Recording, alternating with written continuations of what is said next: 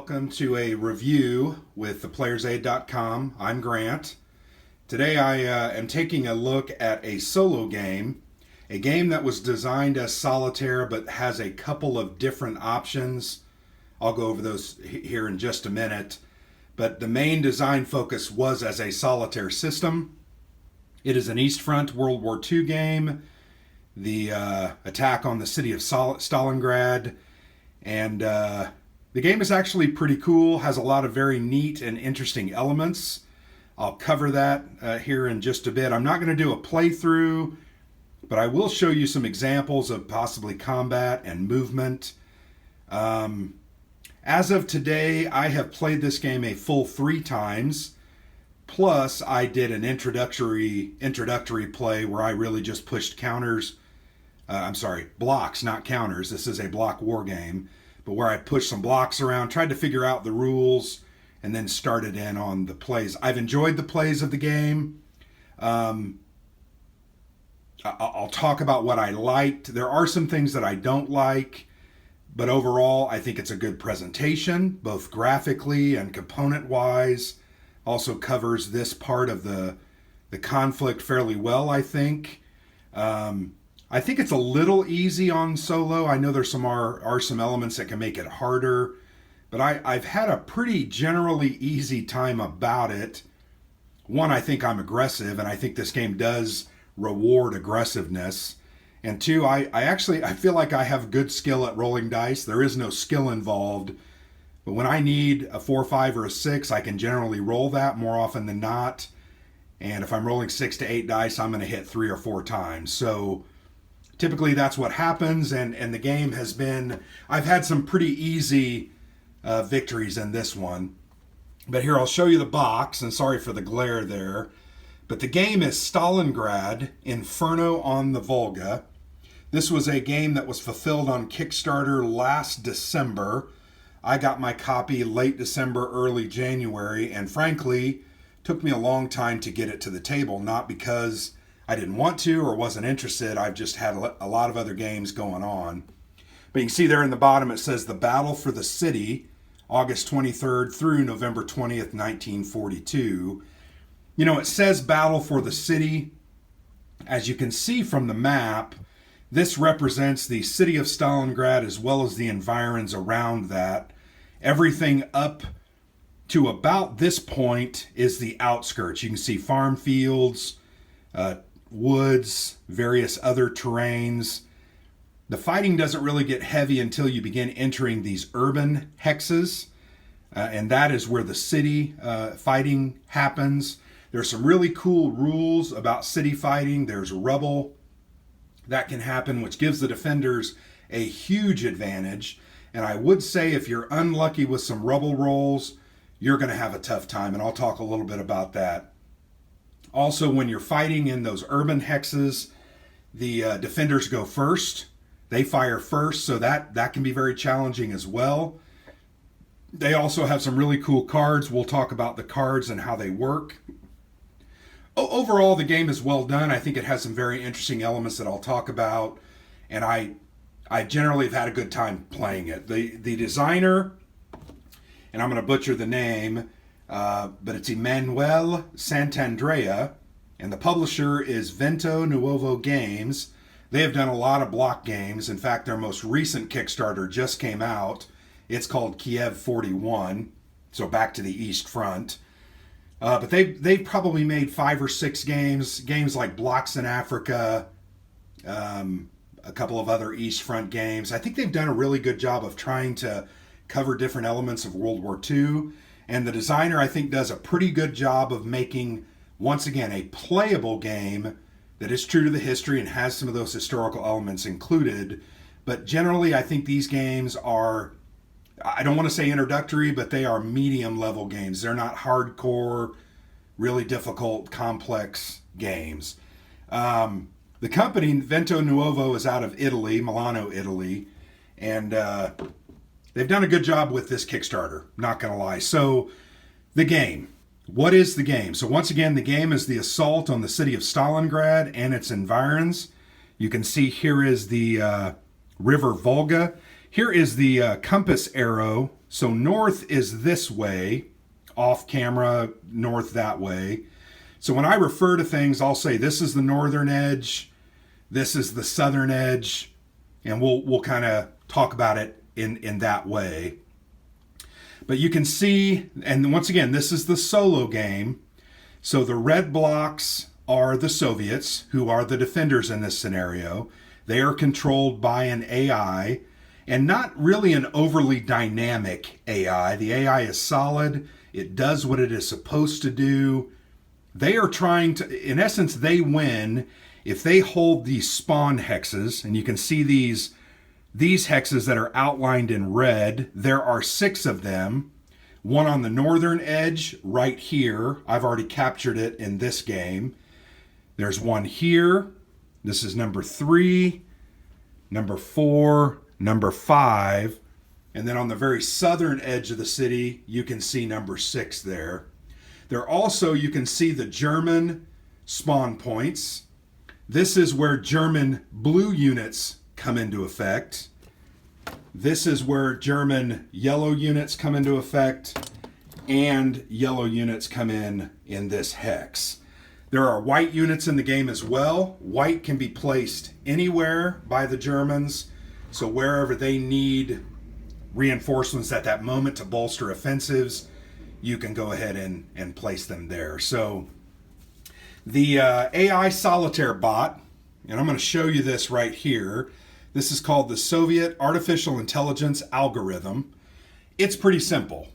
So you can see there at the top, start the Soviet turn. And one other comment I would have about this game is the game is I go one time, then the Soviets go. So the Germans, you're playing as the Germans in the solo game. The Germans go first. Once their turn is done, and they can only do one action. They can move their units, they can attack, and do those kinds of things. They can't do 2 or 3 actions and then turn it over. It's one action, then it goes to the Soviets. So you can see here, it's a flow chart.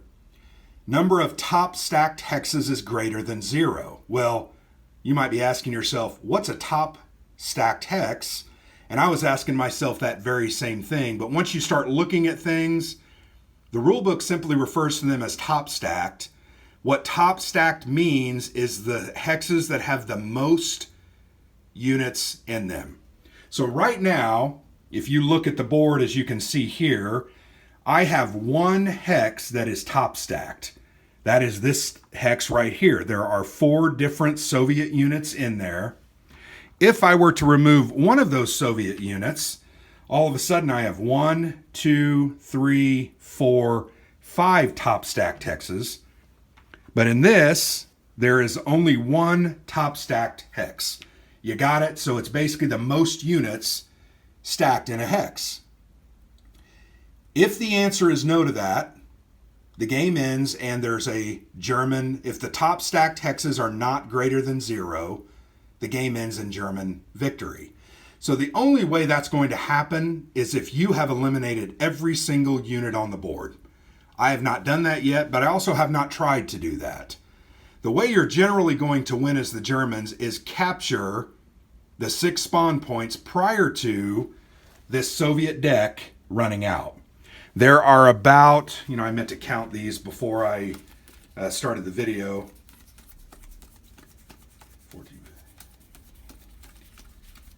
There are about 30 cards in that deck, and you can see I have one of their cards that have played out. They typically have a hand of cards that are over here, but right now they don't have any cards. They've played them all. These cards are either played when they're immediately drawn, like Chuikov.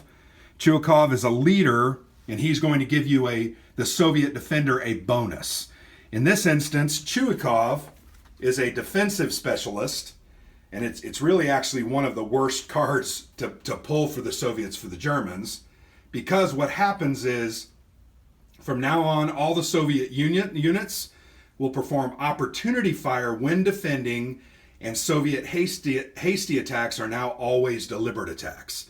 So you may be asking yourself, well, I don't know what those are. Well, you don't. Opportunity fire simply means that the defender fires first. In this game, the only way that the defender fires first is if the units are in a urban hex, Once again, these that are circled. So with Chuikov out, these units out here in the provincial areas are going to attack first. If they score hits, the Germans are going to reduce their units and then fire back. So it can be very devastating. If you get a lucky roll with 2 or 3 of those Soviet units while Chuikov is out, man, you can do 4 or 5 hits and potentially kill all the German units, or make it so they're only rolling 1 or 2 dice. So that is the power in that. Now, a hasty attack is different from a deliberate attack only in one area. A hasty attack, the Soviets nor the Germans can play a card.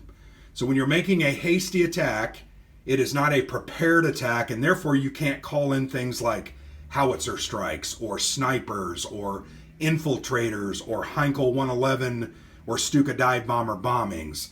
You don't have time to do that. It's a hasty attack. You're on the move. You're trying to quickly attack. But with Chuikov, they can now perform hasty attacks that act as deliberate attacks and therefore can play a card.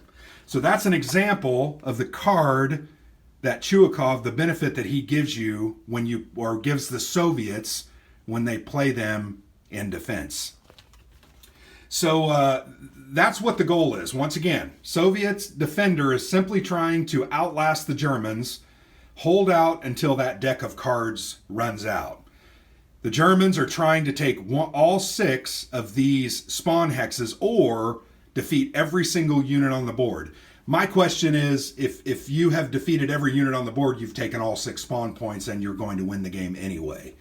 So it's really 6 of one, half a dozen of another. But that's the basic premise of the game. So let's talk a little bit more, because I kind of stopped us a little bit more on that Soviet AI. So once again, back to this. If top stacked hexes are greater than 0, you can see if you answer yes, it's going to ask you another question. The number of top stacked hexes is greater than Soviet spawn hexes, and you're going to answer yes or no and take actions accordingly. So let's say if you have 4, so remember the example I used, I had 1 top stacked hex, and the Soviets right now control 3 spawn points.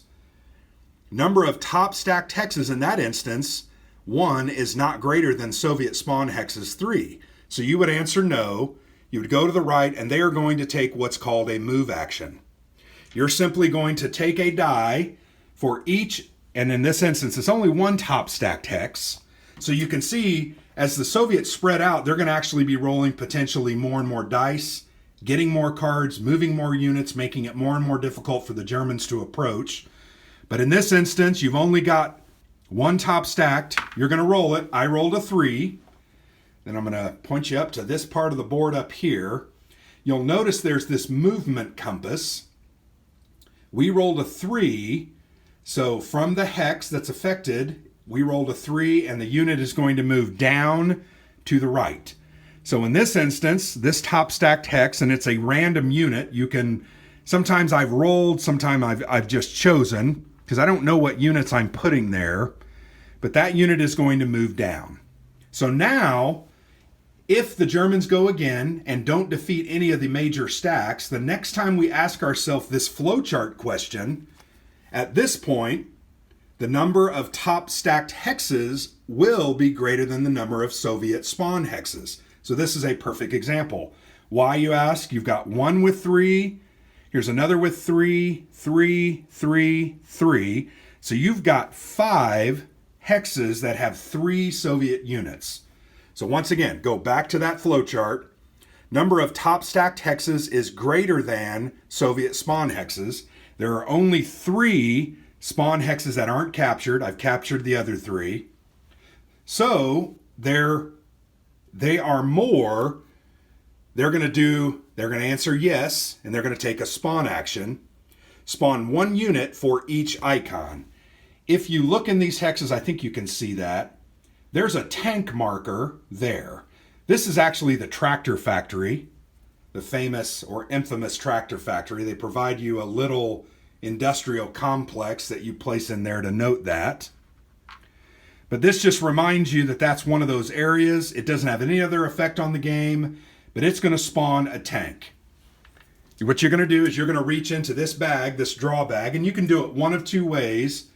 You'll notice on the board, they have these spawn pools. These are for tanks. These are for men. You can stack everything in there and then draw from those and place those on the board. I like to use the bag because it's just simpler. So once again, back to our example. I'm simply going to draw a Soviet tank out of the bag. I'm not going to look at it. They're all the same. There's a Soviet tank unit. Here's what I do, and you can do it. I just spin it. So I put it down and spin it, and then I set it straight up, and I'm going to place it in that box. I'm going to do that for each of the hexes that spawn units, right? So you don't do a spawn action, even though this is a top stacked hex. You don't spawn units in here. You only spawn units in these spawn points.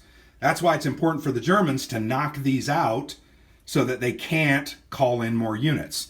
So let me show you an example.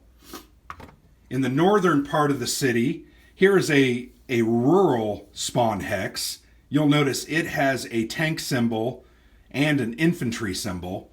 I knocked this one out on the third turn of the game. So I knocked it out, and they have not spawned units in this location since that point. I control it. That's what this little black cube represents. My units have now kind of spread out, cleared these hexes.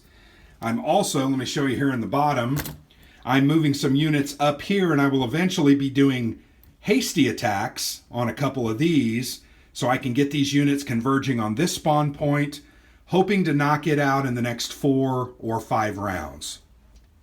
So that's an example of that spawn action. And I'm actually going to take this back because I'm trying to finish this game after we're done with this video, and I don't want it to change so much that I don't know what I'm doing.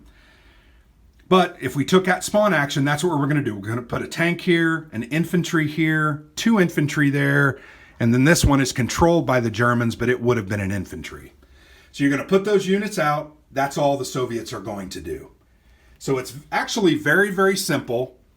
The AI, that's why I say it's not dynamic, meaning it's not making a lot of aggressive actions or choosing to do a lot of attacking or even trying to maneuver and cut supply lines or get around troops. It really is just trying to survive.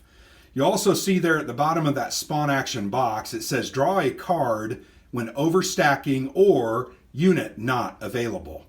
So the stack limit is 4. So if you have 3 and you draw a unit there or spawn like 2 units here, you're going to not be able to spawn that second unit. For that second unit, the Soviet player will draw a card. It's blind. They simply put it there in their hand and they can use that in combat. In fact, they will use a card every time they can in combat. There's really no choice there. So that's the 2 actions. The move action, which we did, remember when I rolled a 3 and then they moved a unit kind of to the south and west. If you roll doubles on those, so if I have 4 hexes and I roll doubles, you're actually going to draw cards, extra cards, which is not good. If they cannot move in that direction, either because there are German troops there, now they would attack if there were German troops there. Now, that's not always true. If they can't move because there's German troops there, it's overstacked, or there is no part of that hex that's available on the map. So, for instance, on the south edge, if they had to move north, they can't move north. So they would then draw extra cards as well. All that does is it's a timer, putting the pressure on the German player to get up in here, attack, and take those hexes over. So then you can see end the Soviet turn. That's it. Then it goes back to the German turn. So that's why I say the artificial intelligence or AI isn't necessarily dynamic. It is functional. I think it does a decent enough job. And generally, I'd say 80% of the time, its moves are in alignment with whatever is happening. So for instance, let me give you an example of a move that maybe wouldn't, that intuitively you would think, oh, that's not right. So you can see I've got 3 German Panzer units, actually 2 Panzer Grenadier and a Panzer, approaching spawn point number 7. So if we're doing one of those spawn or move actions, and they rolled say a 3, so we use that same 3 rerolled, guess what? They're going to move a unit south and west out of the city, which in essence weakens their defenses and makes it easier for the Germans to get in there and control that spawn point. That's one thing I think, I've thought a lot about this. Maybe as I play another time or two, I might start making some of those decisions and maybe moving towards or canceling that, because I don't know why they would want to clear that out, other than that has to be cleared out so that they can spawn more units. That's kind of that driving, and I think that's why the designer did that, would be my guess. So it works, it's functional, it doesn't always make the most tactical sense. But I've shown you the Soviet. Now I'm going to talk a little bit about their cards. I've talked about their personalities. I'm just going to show you some examples of cards, and we'll do a combat example here in a moment. But this card is a T-34 that's dug in. So when the Soviet player reveals this card in a combat, they're going to draw a Soviet tank randomly and deploy it to that area for defense. So this was a T-34 that was dug in, and the Germans just didn't see it. So you're going to add that to the defense. Sometimes that can be very devastating. They're going to do anti-tank, which will not eliminate, it will reduce a tank division that is attacking a German tank division. Without rolls, it's just going to reduce it. The sniper is the same. The sniper is going to reduce an infantry block. The Volga River Flotilla, this is one of the cool ones. You're either going to roll dice to determine a random hex where a unit can spawn, or it's going to spawn in the hex where you actually played the card. It just depends on whether that hex is a riverside hex or not. So if you're defending this hex and this card gets played by the Soviets, they're actually going to take one of these Marines and they're going to randomly, once again, you spin it, and they're going to deploy that into this battle. And if it turns over and it's a 0, you make it a 1, which is actually very cool. But that's the Volga River Flotilla. And there's all kinds. There's AA Fire. AA Fire is a cool one. If this is played in the same combat where the Germans have played a Stuka or a Heinkel, this is going to cancel that. So that really sucks for the Germans when that happens, and that's happened to me quite a few times. But you also have, once again, snipers. Remember I said that will reduce the largest infantry unit by one step. Infiltrators is a cool one. Infiltration, you're going to randomly deploy an infantry unit to that hex, and it's going to add to the defensive value. There are other leaders, Khrushchev. There's a card called Tommy Gunners. When you flip this card for the Soviets, you're going to roll 2 dice at double fire. We'll talk about that here in a moment when we do a combat example. But double fire means they hit on a 5 or a 6. Single fire hits only on a 6. A triple fire hits on a 4, 5, or a 6. That's like tanks. But yeah, this is just going to add dice to the combat. So these cards are really cool. And once again, the Soviet, as they get these different cards, they're just going to randomly put them on top. And then when they have a combat, they're going to flip one and add it to that battle. So it really works pretty well. I think it's easy to remember, it's easy to do, and it works pretty well. So I do like the cards. And the Germans have cards as well. Let me show you a couple of the German cards. The Germans also have cards like Sniper, Heinkel, or HE-111. This is a devastating card. You can imagine you're bombing. You're going to roll 6 dice, and these are triple fire dice, so they're going to hit on 4, 5s, and 6s. So you may be rolling 12, 14 dice in one hex if you throw that in. There's another Sniper. There's a Howitzer. You're going to roll 6 dice. You'll also notice, and we'll talk about this, but this little +2, that's going to add to your rubble roll when a combat occurs in an urban hex. You're going to do a rubble roll at the beginning of the combat to see if buildings fall, creating rubble that would help, would aid the defenders. And it can really aid them very, very well. There's a Stuka. You can see there's a Inferno pack. There are Pioneer units. There's Hoth. He's a leader. Hoth is going to allow you to do blitzkrieg movement and to get opportunity fire as the Germans in open terrain. So if they have tank units and Hoth is out on the board, they're going to attack first, remove casualties from the Soviets, and then the Soviets will fire back. My experience, there's not Soviets left standing when that happens generally. There's a Pioneer. Here's another one, OKH. This is a special card. We're not going to go into it. It's one of the variants. So there's the cards. You're only going to draw those cards, though, and this is one of the problems I have. You're only going to draw German cards when they do a reinforcement action. And unless another leader is out, you're only going to draw one card. If there is another leader, you're going to draw two cards. So Germans don't get a lot of those cards, but frankly, the battle is in their favor. They have better units. They have more units. They have different attack strength than the Soviets, who are just defending. So they've tried to balance the game and only give the Germans. You might end up getting, you're going to take 4 or 5 reinforcement actions throughout the game. So you're going to get, you start with 3 cards, you're going to pick up 4 or 5 more. If you happen to have the leader out, let me look at, I can't remember his name. The leader out that actually allows you to draw, it's Linden, allows you to draw more cards. So you're not going to be able to rely on those cards, but they are nice in a battle. So real quickly, let's look at a German reinforcement action. Talk to you about how that works. I'll move the camera over here to this side of the board. So you're going to focus in on this reinforcement box.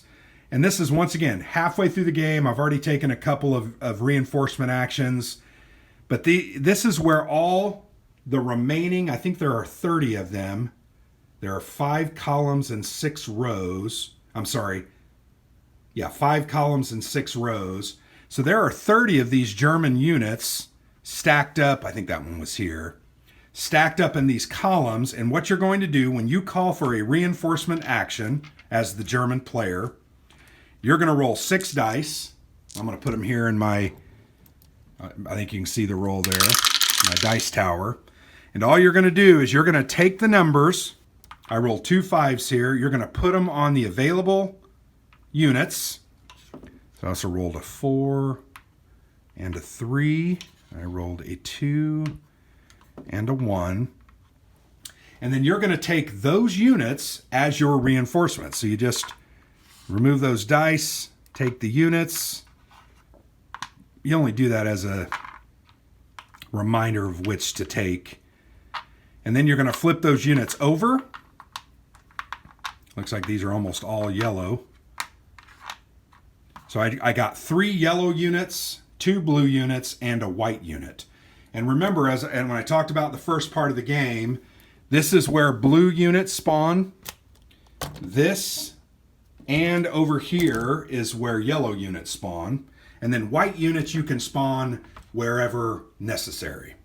So at this point of the game, looking at the situation on the board, I've got the flanks kind of controlled. You're definitely going to spawn the 2 blue guys here because you have no other choice. And I'm probably going to spawn the yellow guys with the white guy here in the center so that I can start running up some columns of units and putting pressure here in the center, hoping to take this hex and crush them there and hopefully end the war. But that's the way that reinforcement works. When you take a reinforcement action, you also draw a card. 2 if Linden has been played by the Germans. And that's the reinforcement action. That's an entire action. It would then turn back over to the Soviets. So I've covered those. Let's look at an example of movement. A couple of examples of movement. And I think I'm going to do it over here because this illustrates the different types of movements. So once again, the German player can take one of 5 different actions for their turn. They can call for reinforcements, which we just covered. They can make one long movement, which is simply taking units in one hex that are not adjacent to a Soviet occupied or a unit in a hex, and their ending movement after 2 hexes wouldn't be adjacent to a Soviet unit, they can take what's called a long movement. So let me give you an example of a long movement. Wait, I'm going to finish up the others, sorry. You can also make up to 2 short movements, which is literally just moving 1 hex. You can make 1 hasty attack, and a hasty attack, I'll talk about that here in a minute, I'm going to stop myself. Or you can make a deliberate attack. One of those 5 actions each turn. So let's first, we already talked about call for reinforcements. Let's look at make 1 long movement. I'm actually going to go back to the center board because this illustrates this point perfectly. So I'm going to do a long movement with my 2 yellow infantry units in hex 075. To make a long movement, you must make sure there are no Soviet units in adjacent hexes, nor Soviet units in hexes that they adjacent to where they are trying to end their movement. So this is a thematic element. They're trying to move quickly and move a little longer, so they're not moving cautiously, they're not ready to be attacked, so you cannot do that if there are units where you're moving from or where you're moving to. So with these 2 units, I have the option of moving 1, 2 spaces, 1, 2 spaces. Can't move there, can't move there. I could do 1, 2, 1, 2, or I could do 1, 2. I don't know why you would want to do that, but I just can't end adjacent to a hex where there are a Soviet unit when I'm doing a long movement. So I'm just going to move up here, 1, 2. I'm going to move those 2 infantry to join these 2 panzers as they try to make a move here on this spawn point. So that's a long movement. 2 short movements.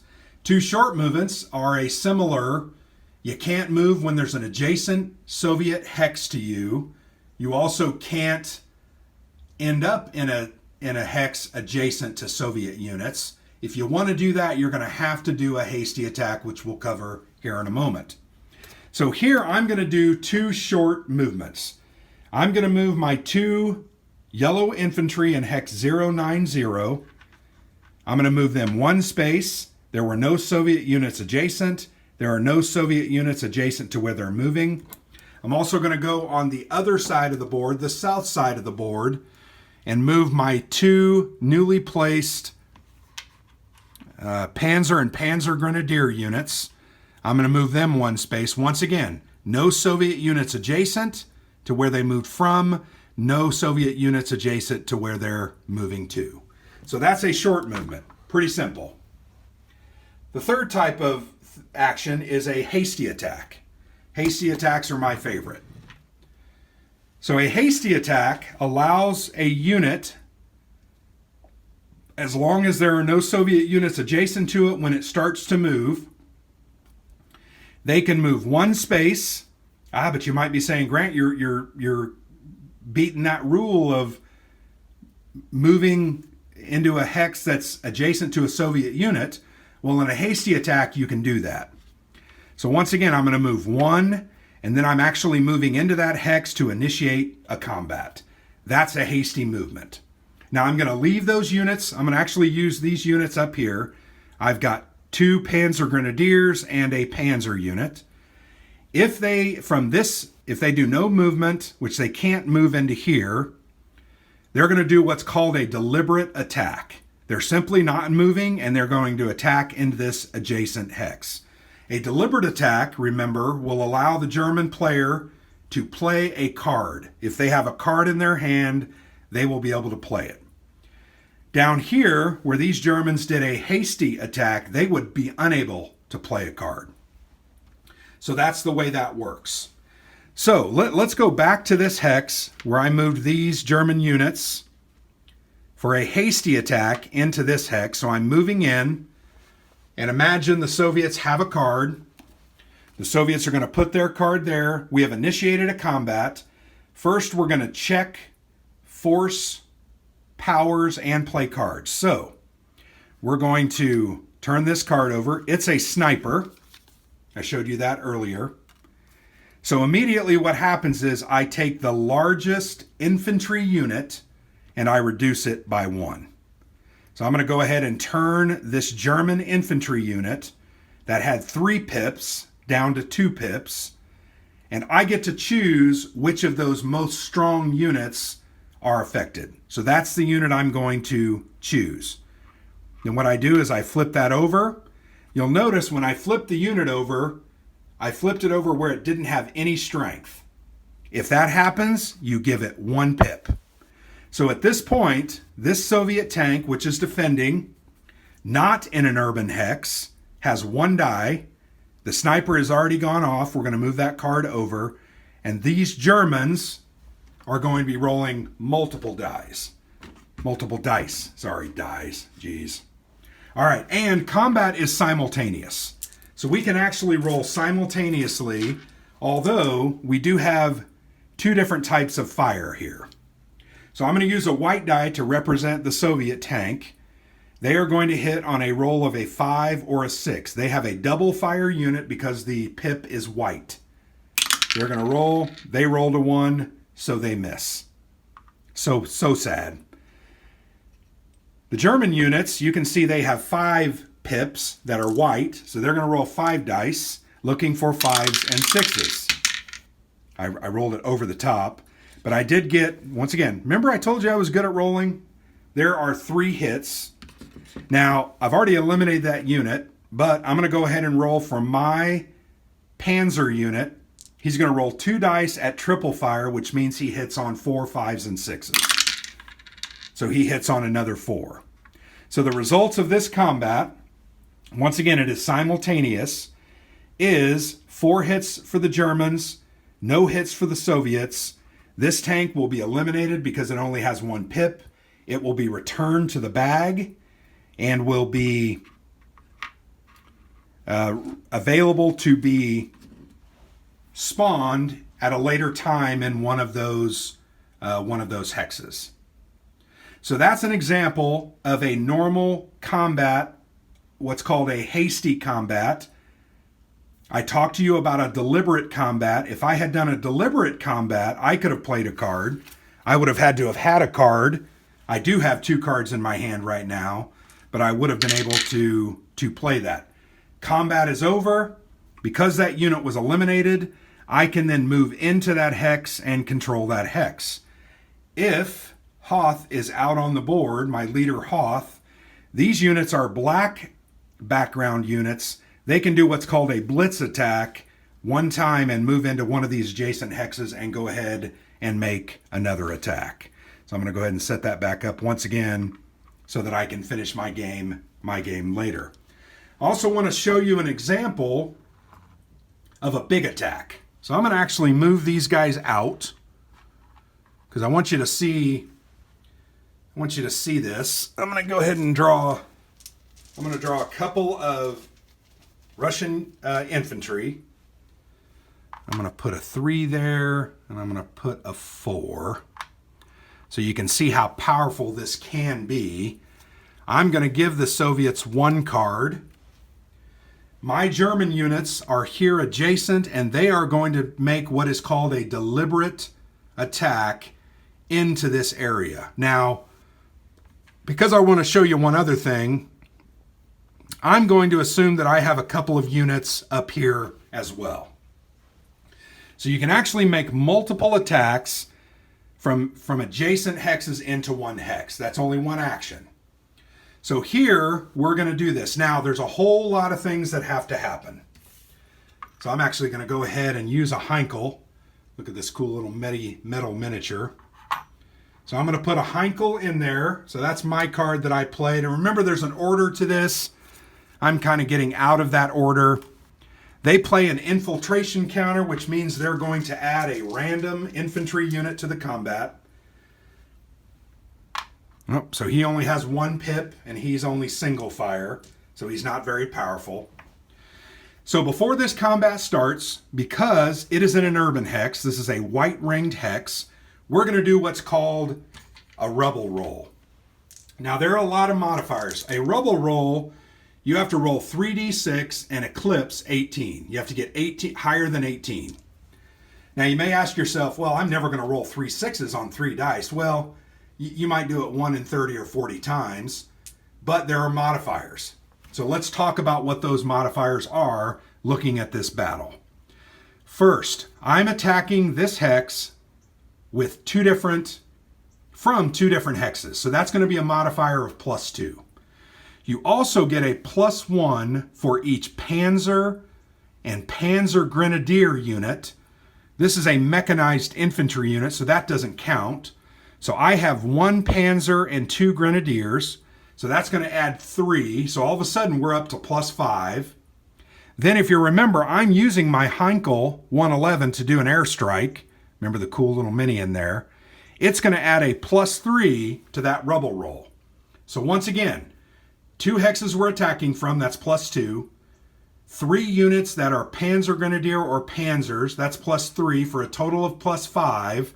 And then +3 for this Heinkel for a total of +8. So let's roll this. I rolled a 14 + 8 is a 22. Therefore, a rubble marker is going to be created. So I take one of these fancy, and they're not fancy, they're just flat wooden discs, and I'm going to place it in the city because now there's rubble in this city hex, this urban hex. Now, I'm going to tell you with what the Soviets have in that hex, they have 4, 5, 6, 7, 8 steps with a rubble hex in an urban city. That's going to be a very hard nut to crack. But we're going to go through it and we're going to see if the Germans can actually defeat that. All right, so remember, units in an urban hex get to roll first. So if we look at the units, we have 2 infantry units that are going to roll 4 total dice, and they are black. So they're only going to hit on 6s. So let's go ahead and roll those. Oh, so they got a hit. So they got 1 hit. We'll kind of put that up here to represent that. They also have 4 double fire from this infantry unit. There are 4 pips, so they're going to hit on 5s and 6s. Holy mackerel. They just got 2 hits. So they literally just scored 3 hits before my German units are able to attack at all. Now, the way that units take losses is you take the most powerful unit in pip, not in firepower, and have to reduce that first. So in these 2 hexes, I have a 4, and I have to take 3 hits. So I'm going to take 1 hit. That takes him down to a 3. Unfortunately, my Panzer has to take a hit. So that's 2 hits. And then I'll go ahead and take another hit on a 3-powered infantry. And I have absorbed all 3 of those hits. Now, so that wasn't so bad. So why was I worrying? Well, let me show you why I was worrying. So now we're going to roll the dice for the Heinkel. I get 6 dice, and they are triple fire, hitting on 4, 5, and 6. So I'm actually going to hit 4 times. So we'll keep that. I'm going to put this dice here for 4 hits. Then my units get to attack. I've got 2 units that are going to roll 2 dice, hitting on a 6. Look at that. I got a hit, so I'm going to move that up to a 5. Then I've got 3, 6, 8, 10 dice, hitting on a 5 or a 6. So here I've added some black dice in. So 5s or 6s. So I got 3 additional hits. So let me put another dice out there. I'm just trying to keep the total. So we have a total of 8 hits at this point. Then I have my Panzer unit, who is rolling 3 dice, hitting on a 4, 5, or 6. Hope you can see that. So 2 more hits. So we actually score 10 hits. Yay! Look at the pips. 4, 5, 6, 7. They only have 8 steps of units. If I score 10 hits on 8 steps worth of units, I typically will eliminate all those units, right? Well, wrong in this case. There's a rebel hex. That means it takes 2 hits to reduce 1 step of 1 unit in an urban hex that has a rubble marker. So you can see this is literally because of my bombing and because of attacking from multiple hexes and bringing in tanks and other armored vehicles. We have rubbleized the city, creating greater cover for the Soviets, and now I'm going to pay the price. So with 10 hits in a rubbleized area, they're only going to take 5 hits. So once again, I have to do the same process. So there we reduce 1. We now have 2 units that are both 3s. We reduce them 1 each. Still have 2 hits left. I have to reduce them again. And look, the Soviets held the hex with 3 steps remaining. That was a great attack, particularly the fact that I had a Heinkel. But you can see the power of rubble is that it will add the number of hits required to make them reduced. Plus, remember, in an urban hex, defenders get to fire first.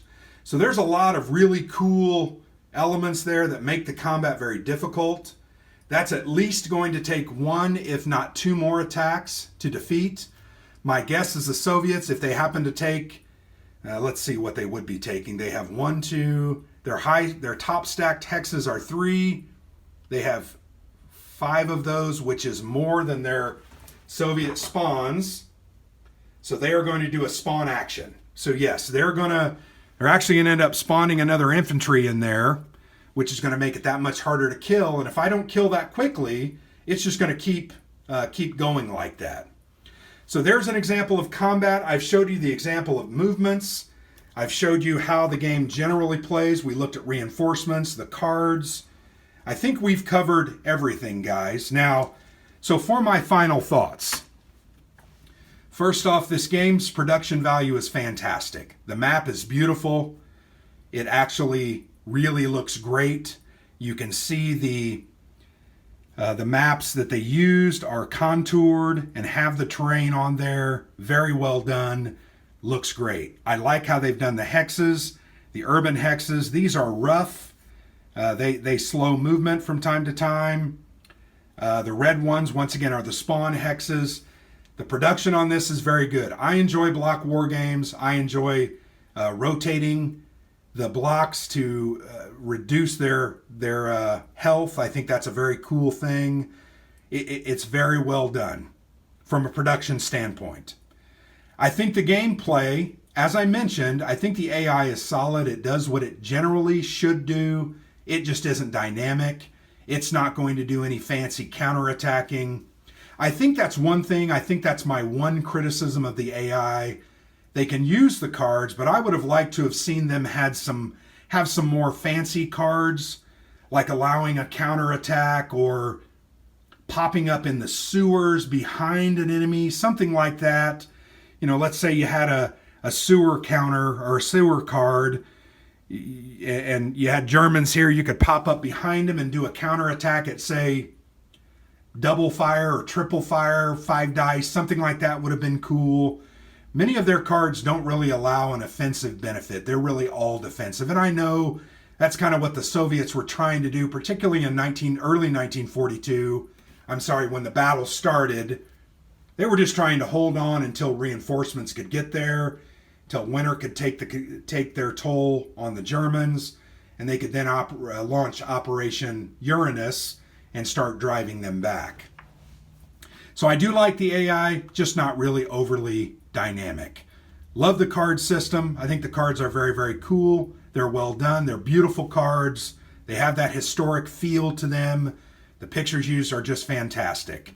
I love the movement rules. I think the hasty attack, the deliberate attack, the 2 short movements really gives you some options to how you get your units up to the front and get to attacking.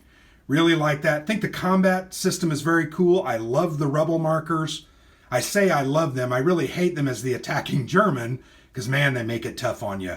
I've gotten 2 rebel markers in a hex, and, man, it was really, really difficult to defeat that hex. It took me about 4 or 5 attacks. That doesn't happen often because, frankly, you don't make that rebel roll very often. And that was another thing. I think maybe the rebel roll should have been reduced from higher than 18 maybe to higher than 16 because I think it happened quite a bit. So that's something maybe I think they should look at doing. I like the way the reinforcements are done. There is a penalty and I didn't talk about that, but when you clear a row out, so you've recruited all the units, the 5 units in the 6th row, and the next time you take a recruit action, you roll a 6. What you're going to do is you're going to take a negative, and you're going to have to take a unit from the board and put it on that row based on what they have here in the remove column. So you can see that it really will start to hurt if you over-recruit and over-reinforce. You've really got to do it 2 or 3 times, maybe 4, push your luck and get what you can and make it last. The German units are very powerful, particularly if Hoth is out. They do their blitzkrieg. They attack first in open terrain.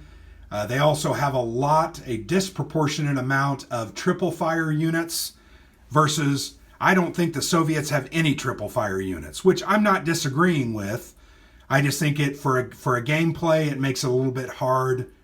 The Soviets' advantage is the terrain itself, the urban cities. There is a variant, and I'll talk a little bit more about the variants, where you can use fortifications. So you'll place these fortifications on different areas where they have a dot. And these fortifications, in essence, act as rebel tokens to make it harder to defeat the Russians there, and it will delay the game. Ultimately, once again, the Russians are trying to win by running this deck out or killing 3, 6, 10 German units. I have not seen more than 4 or 5 units get killed. So those are some of the things that I really like. What did I not like about the game? Well, a couple of things. I didn't like that the Germans kind of have to follow the same plan in general each time. Because the game is going to run out and lose if you run out this deck, you are really forced to go after the northern Spawn Hex and that southern Spawn Hex across the board. Because remember, when they move on a 5 or a 6 in this hex, they're going to draw a card rather than move a unit. There was one game, I think it was my second game, where I was unable to clear out the southernmost hex, and every time they did a spawn move, they would roll a 6, or I'm sorry, yeah, they would roll a 2 or a 1, and it required me to draw a card. Also, I've rolled doubles multiple times on their rolls, drawing 2 or 3 cards, and that can really add up very quickly. So I really didn't kind of like the fact that I think you almost have to do those first 2 or 3 spawn hexes. You have to defeat them by turn 6 at the latest. Because once again, you're trying to run against that deck, and if you let that linger around till turn 10 or 12 or 14, man, you're going to be eating through 6, 8, maybe 10 cards, and you're done for. So that's the only thing I didn't like. I have liked, though, that once I take those couple of hexes, I have a lot of different options. I can go for these areas over here first. I can do a pincer move. I can move in through the center, which the center has a little bit of a disadvantage because there's such a long distance between their spawn hex and the front. But I do like that you have those choices. I've tried to do a couple of different options. I found that the wings coming from the south and the north simultaneously towards the center works the best. You kind of focus. Those blue units are very powerful. And then you kind of bring up your center units to just kind of clean up some of the areas.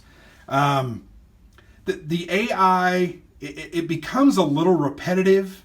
And I guess what I mean by that is I feel like I'm just not making many choices. So those are probably the 2 things that I didn't like. I do like that the game plays in 30 to 60 minutes. The first game I played took me 2.5 hours. Don't laugh.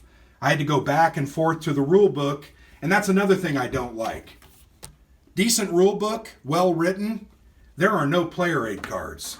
So what I had to do, I went on BGG, and I downloaded and printed off these 2 player aid cards, one for the German, one for the Soviet. There you can see it has that AI algorithm there at the top.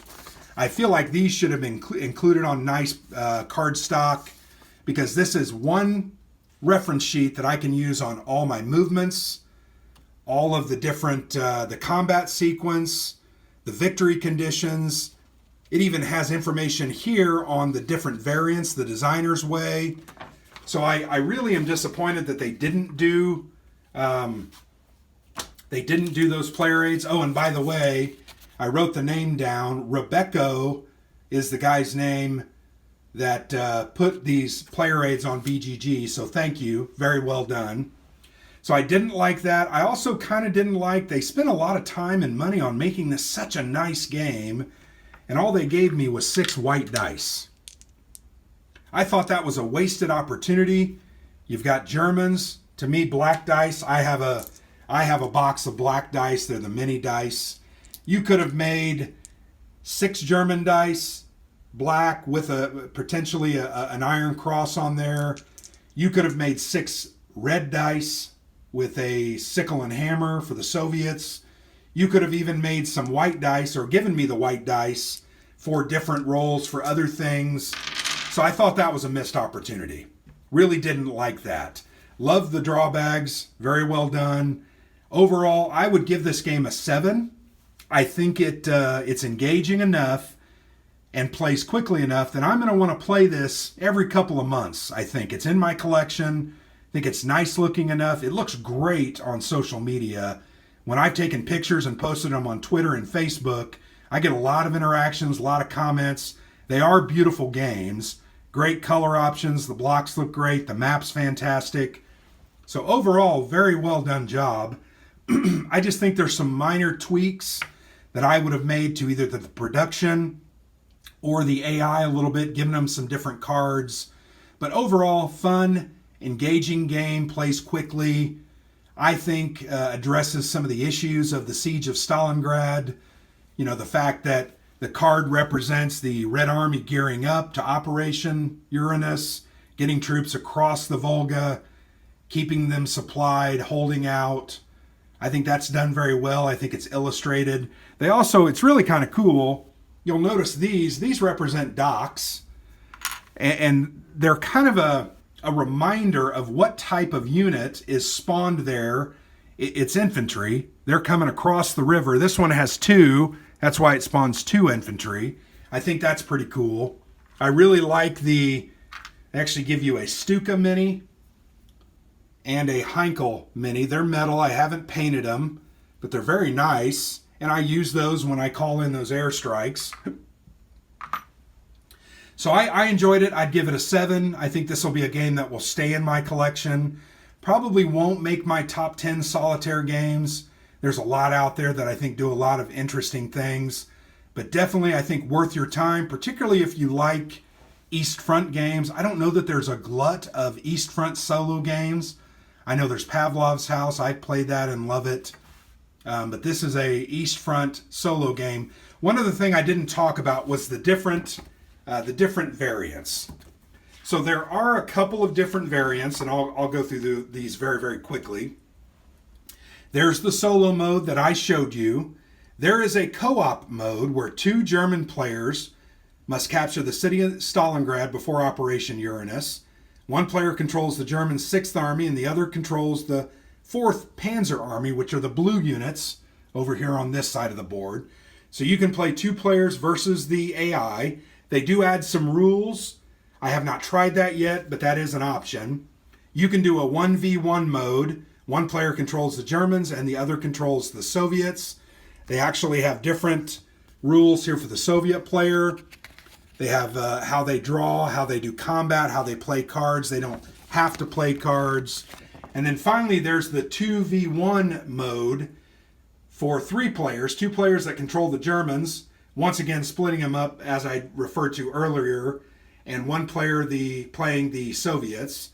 And then there's some different levels. They have a normal level, an easy German level, an easy Soviet level, an impossible German level.